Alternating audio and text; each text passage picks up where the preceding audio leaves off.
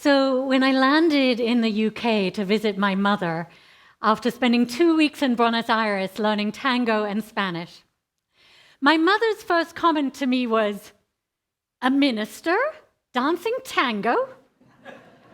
Isn't that just about the opposite of what a minister should be doing?" Now, of course, some of you may be wondering the same thing. Not you, Marilyn, thank goodness. And on the surface, it may seem that way, because this art form was begun by prostitutes in the ports of Buenos Aires in the 1920s, after all. And so dancing tango could be considered a frivolous pursuit. But after dancing about 6 to 8 hours a day for 2 weeks straight, and learning firsthand the gifts of tango, I actually found it had deep spiritual and life lessons. In fact, it was exactly what a minister, at least this minister, should do. And it brought me many sabbatical lessons that I needed to learn on my pilgrimage towards wholeness. It was actually like an embodied spiritual text. It taught me about surrender, trust, listening deeply, communication, partnerships, and so much more. It taught me how to source joy and delight during tough times. After contracting COVID during the first 2 weeks of my sabbatical, I finally tested negative the day before I was due to travel. Whew, it was a nail biter there for a moment. I flew to Buenos Aires on January 15th, not knowing anyone and not speaking the language. And I arrived in this foreign land after a 3-hour flight from Santa Barbara, followed by an 11-hour flight from Dallas with a 5-hour time difference. Buenos Aires was huge, dirty, lively, and full of contrasts. It looks like a shabby version of Paris, with a lot of similar architecture, wide boulevards, and wild too. Many street cafes, parks, and beautiful 19th century architecture. But it was a little bit more run down than Paris, more colorful, hot, and steamy. It was the middle of their summer when I arrived, with temperatures in the 90s and sudden thunderstorms and rain cooling the intense humidity on a regular basis. So I checked into my hotel and tried to get acquainted with the area. And I definitely needed to muster courage to go out into a new city alone, where I didn't speak the language or know anyone. But I ventured out and used my best sign language and Google Translate, which is such a boon, to order food. Mercifully, my Spanish and tango lessons would start the next day, so I wouldn't be isolated or lost for too long. But there were moments when I honestly thought I was crazy doing this, especially since I'd found my tango school online, and I wasn't even really convinced that they'd existed. I gave them my money, but I didn't know if they were really going to deliver. So, in any case, the next day, I changed money, and I walked half an hour through bustling streets to the studio for my pre-arranged tango lessons. Now, it's interesting navigating a foreign city as a woman alone, when you can't even ask for directions, let alone know how wise it is to walk through certain neighborhoods. In fact, later during my stay, I witnessed a violent mugging right in front of me across from my hotel. And at that moment, I became much more aware of how bold or stupid and trusting and perhaps foolish my solo explorations were in Buenos Aires. But eventually, I made it safely to the studio. There were no signs on the door, and I just had to ring a doorbell on what looked like an old apartment building. Now, at this point, I was hoping I hadn't been conned by the internet tango program. But then the large wooden door buzzed open, and I gingerly climbed the stairs, not knowing what to expect.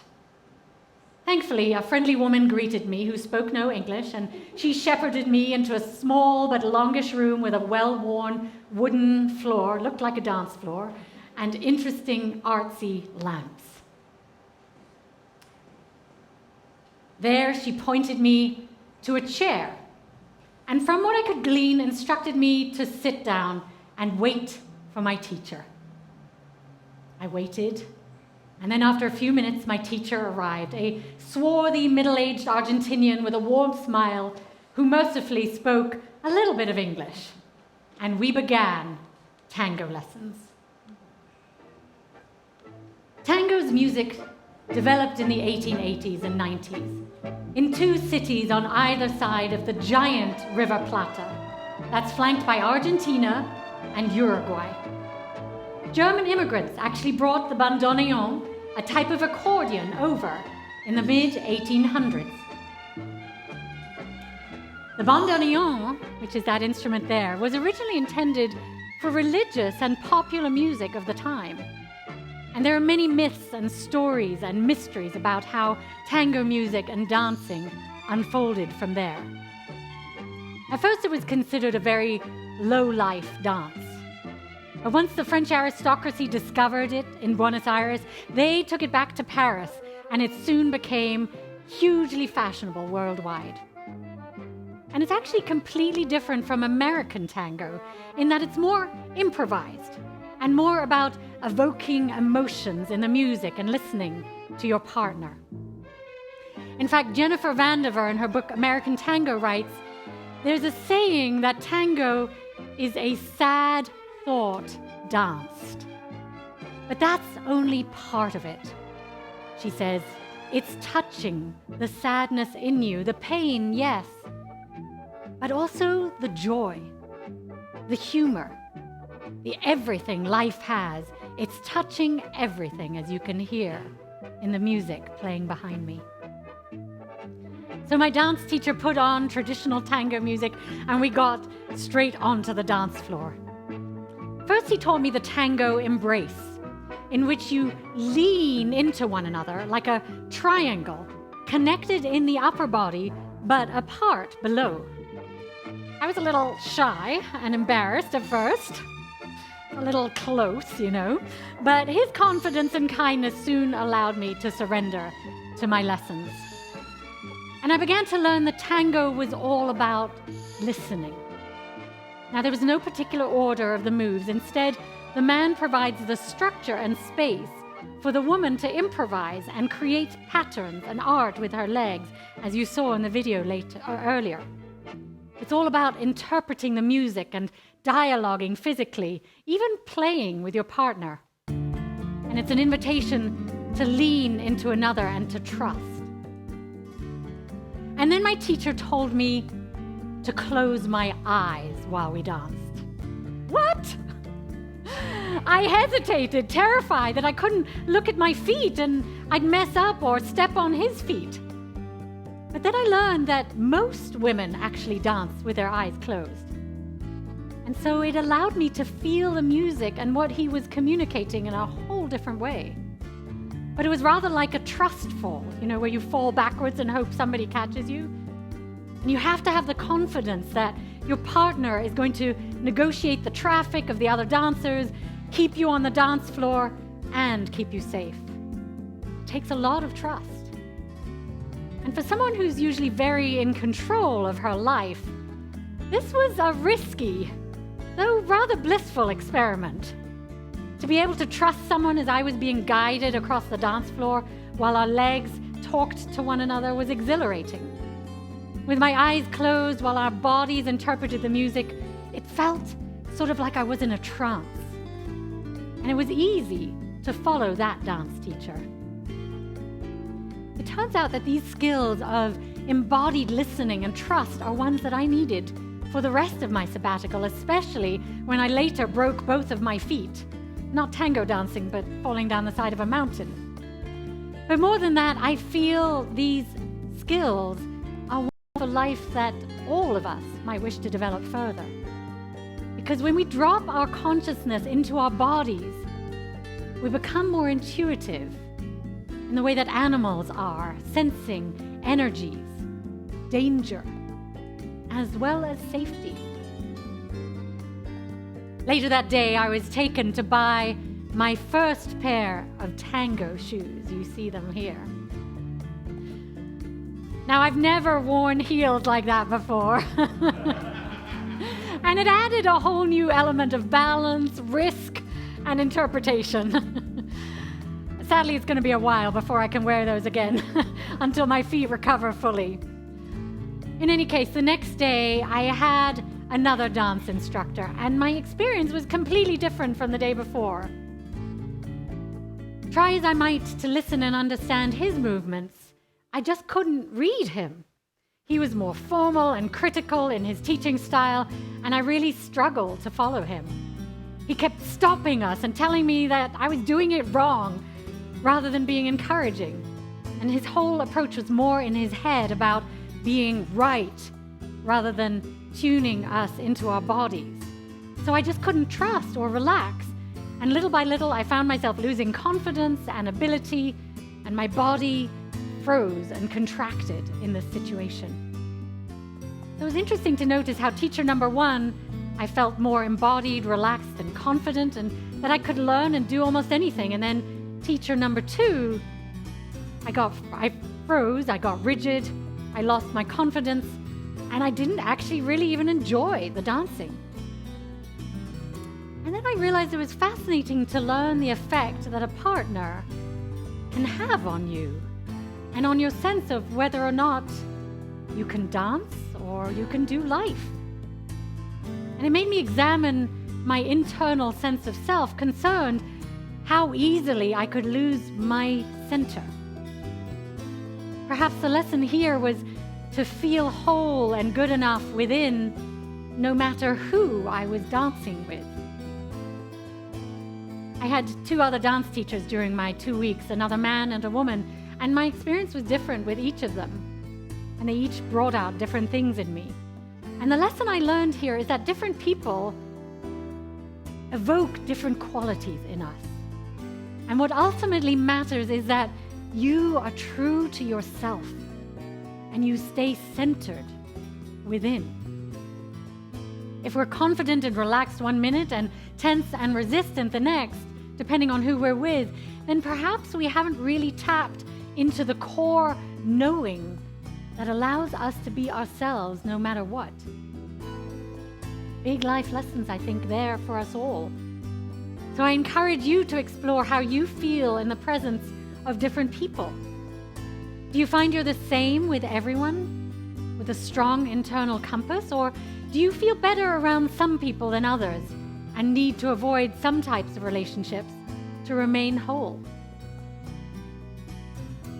The next lesson I gleaned from tango was that even though you're leaning into one another, like the triangle I told you earlier, depending on each other while you're dancing, you need to still stay strong in your own axis. Because if your partner were to walk away from the tango embrace, you'd need to be able to stay standing and not topple over. So although you lean into your partner, trusting them a little bit with your upper body weight, you also need to be able to maintain your core strength in your own body so that you stay balanced. And if not, it can be easy to fall over, especially in high heels. And that was another great lesson for life and relationships, I thought, because even when you depend on one another or have been married for many years, trusting and opening to one another, it's important to stay strong within yourself to weather the inevitable individual challenges we all face in life. Energetically, tango is like yin and yang fitting together, an interplay of masculine and feminine energies, never quite sure who is dominating and who is surrendering. So it's like a conversation rather than a speech. It's an improvisation and negotiation between two people, and it's always important to maintain your own core and sense of balance in that partnership. Another lesson I learned in tango was that the music leads. As you listen, there are no set moves. although we can draw from a palette of possible moves, like an artist chooses colors from their palette. Our job is to listen and interpret what we hear, to almost paint to the music with our bodies. And again, this was another great practice in listening and being present in the moment. And then at night, my dance teachers took me to milongas, which are dance tango parties. And they happen all over Buenos Aires at different times, and some even go all night long. Here you see one just before it got started. Now, at a milonga, the men and the women sit in separate areas on sort of sides of a square opposite each other. And you have to wait for a man to catch your eye from across the room. And then he'll come over and extend his hand to you. And you can choose to accept or turn down the request to join him on the dance floor. And oh boy, does that bring up possible rejection issues on both sides. As a woman, if you sit there for a while, and apparently there's kind of a hierarchy even in the way people sit, it can bring up all kinds of stories of rejection and not being wanted. And as a man, if you find the courage to ask someone to dance and then you get turned down, well, it can also raise a specter of being rebuffed. So once again, we're called to feel good enough inside. No matter whether you get asked to dance, you get turned down, or not. In any case, once you're on the dance floor, you dance a tanda, or set of 3 or 4 songs with the same partner. And the tanda gives you an opportunity to listen and figure out how to move and communicate non-verbally with each partner. And then each tanda is separated from the next by a cortina, which is a song of a different genre, or what I call a palate cleanser.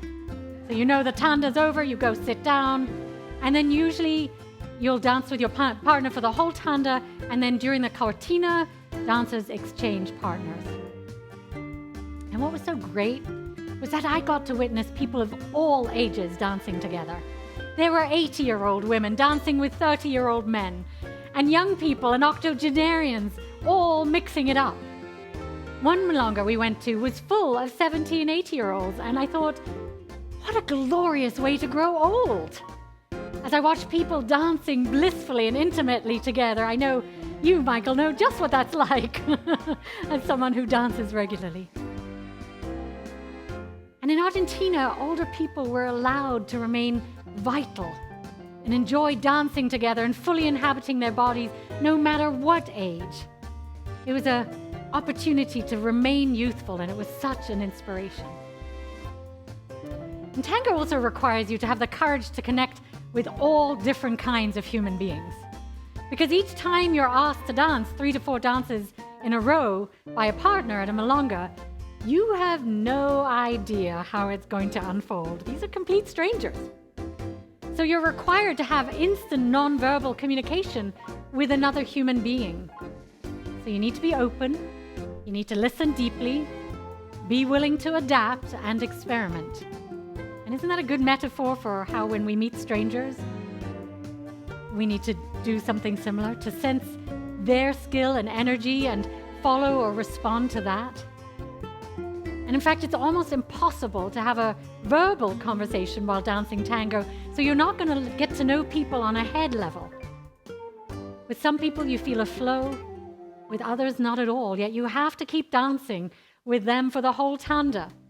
No matter how uncomfortable or awkward, you're required to keep trying to make the partnership work, at least for those 3 or 4 songs. So tango teaches us to stay in relationship, to learn how to communicate with many different types of people, even if you stumble over one another's feet. You have to find some point of connection with each partner. And it requires you to learn not to react, but see each individual's way of dancing as an expression of who they are. And it forces you to stretch across the bounds of what's comfortable and familiar and find peace in uncomfortable situations. Now, usually in life, you can just walk away from those encounters, but not in tango. Tango asks you to recognize the inner light shining in each being you dance with. I remember being asked to dance by an older gentleman, and because of his particular pace and style, in each dance I had with him, I completely forgot how to do all the moves I'd been taught. I felt like I had 2 left feet and like I'd never danced before. But actually, I just didn't have an easily flowing connection with him. And at first, when I had awkward connections like that, I'd berate myself for not being good enough and not being able to remember the dance moves or follow well. But then I realized it's all part of the dance of life. It's all part of the messiness of being human and interrelated and trying to make connections with people and failing sometimes and other times not.